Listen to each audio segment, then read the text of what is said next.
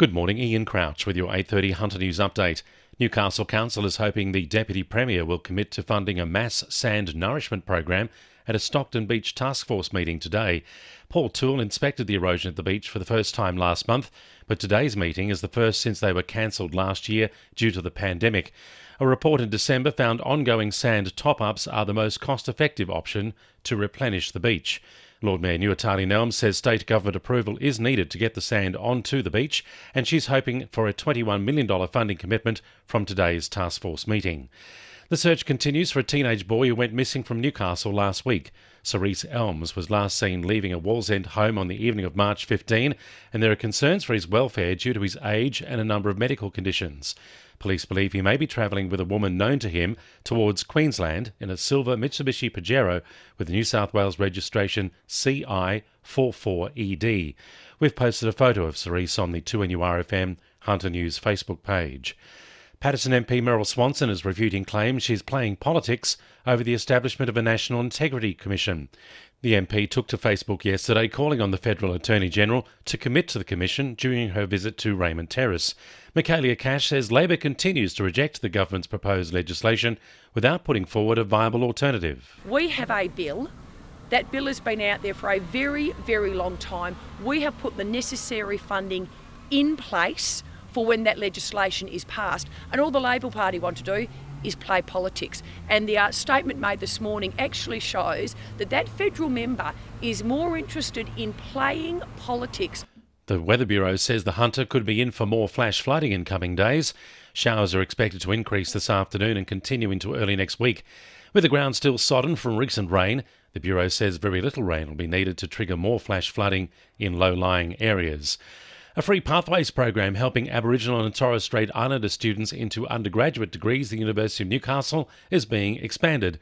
The PUG program is now available at the Arimba campus, as well as cultural support and other services offered by the Wallatuka Institute.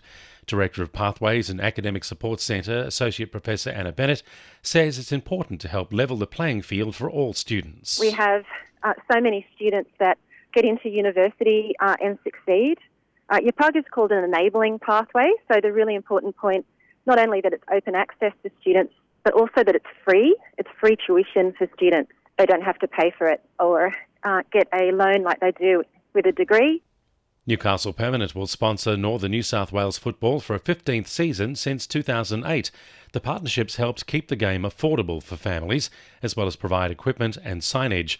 Northern New South Wales Football CEO David Eland says they're looking forward to 15 more years together. Oh, I'm sure it will. We've got a great relationship with the Newcastle Perm. They are always, very willing to listen to the needs of the football community and respond. And I know, football clubs throughout Northern New South Wales are really appreciative of the Newcastle Perm support.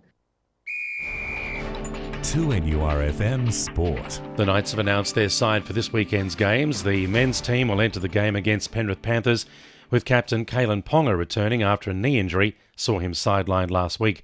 David Clemmer and Lachlan Fitzgibbon come out of the side, with Clemmer set to have surgery on an injured knee. Meanwhile, the women's side have announced their lineup for the upcoming game against the Gold Coast Titans, with Georgia Page and Nagato Kataru Akura returning. Matua Federica will watch the game from the sideline, while Kyra Simon moves back to the extended bench. With 10 games remaining, the Jets men's A-League side are making moves towards the top of the ladder. The team will work to take 5th place off their upcoming opponents, Sydney FC, this weekend.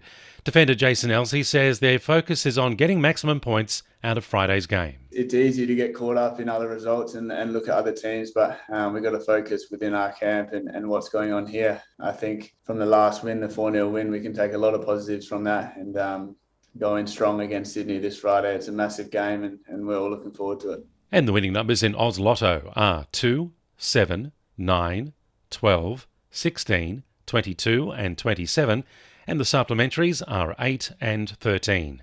And now you're up to date with the latest 2NURFM Hunter News.